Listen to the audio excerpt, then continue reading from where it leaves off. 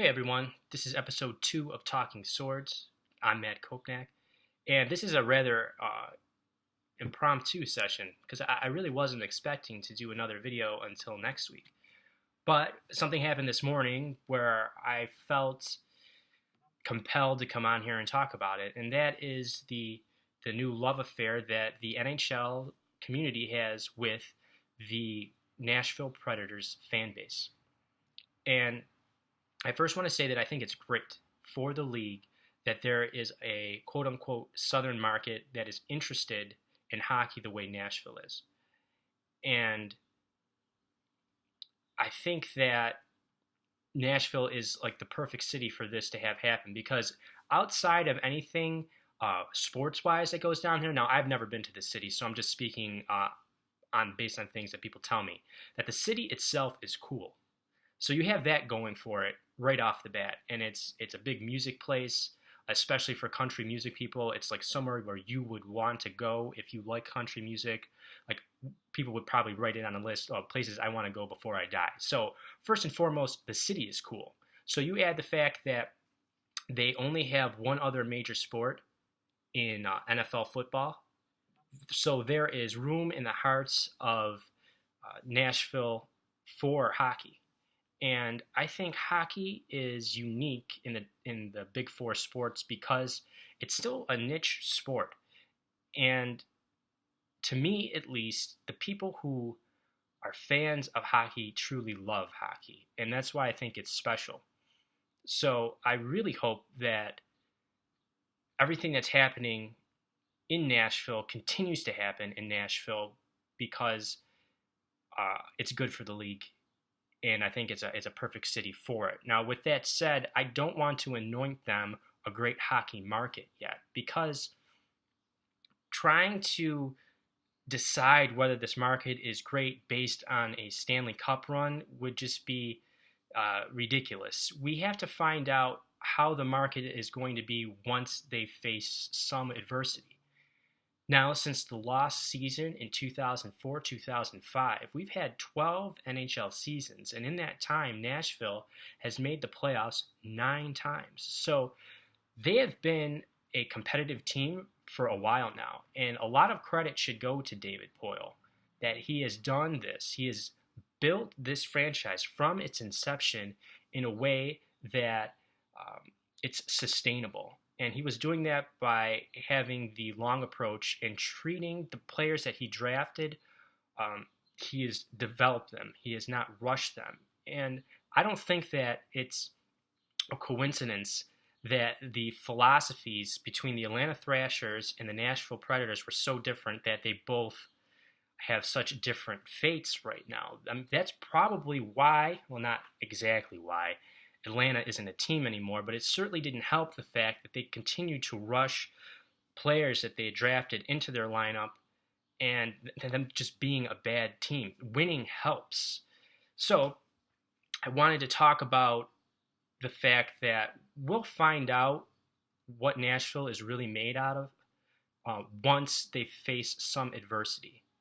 And they're on a upward climb and perhaps all the way to the peak of the mountain if they win the Stanley Cup this year. But what are the fans going to do if they have, 4 or 5 lean years of hockey? Is the interest still going to be there? Or are they going to turn out to be Carolina? So, and Carolina is like way on the other end of the spectrum. I realize it's like a dramatic example, but maybe they'll land closer to that than what people think that they are. So I also wanted to say that by no means am I some bouncer to the club of, real hockey markets, me being in Buffalo.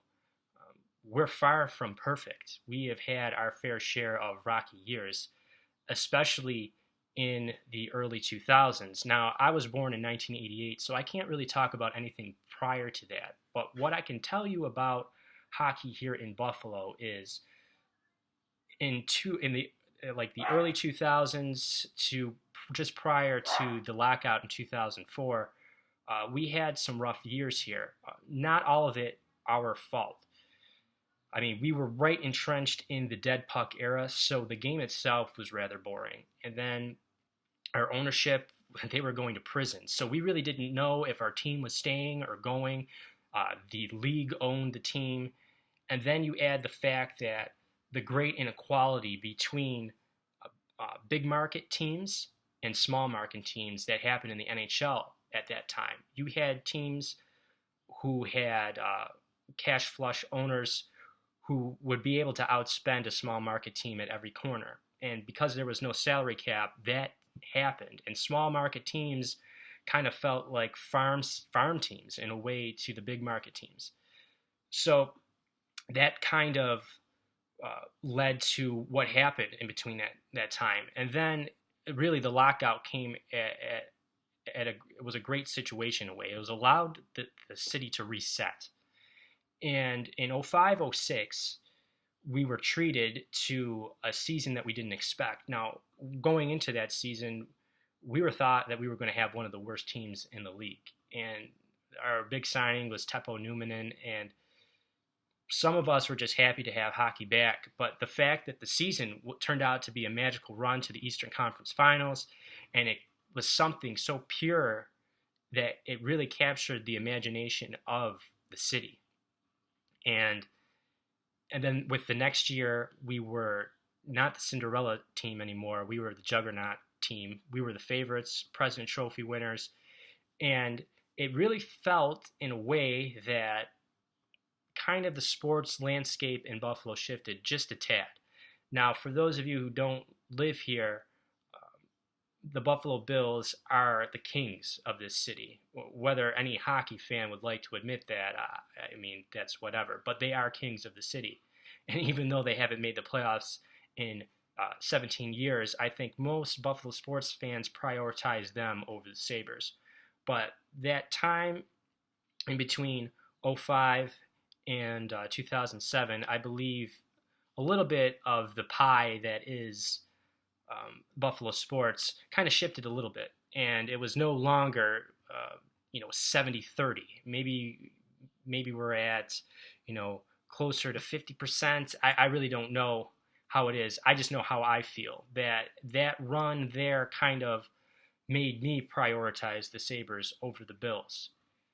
And we're taking there's a lot of fan-on-fan flack going on in terms of how our arena is now as Sabres fans, and how it's quiet, and there's a lack of enthusiasm there, and it feels like we're just going through the motions. But I think that we should take pride in the fact that we still go. I mean, we're not selling out, but there's still a lot of people at those games, and we've watched a lot of bad hockey recently, and we still go. And we still watch on TV. We are probably the best market in America in terms of TV viewership. We tune into all hockey here. And it won't surprise me when the ratings come out after the Stanley Cup this year that we'll be, somewhere in the top three teams that, somewhere in the top three hockey markets that actually watch the Cup final this year. And maybe even have a better rating than Pittsburgh or something, or I don't even know. It just won't surprise me. Something happened when we were good that we decided that we were going to be a hockey city. So I just want to say that we can get back there. We're all just going through the motions, really. Our bodies are there at the arena. The energy might not be there, but it's going to come back. And it's going to look like it looks in Nashville. And we might not be chanting or whatever, or shotgunning beers. Like the offensive line might not be shotgunning beers before the game starts. But I remember what it was like when we were good. And I remember standing outside watching the games while it was going on inside at Party in the Plaza. And how crazy loud it was when we would score.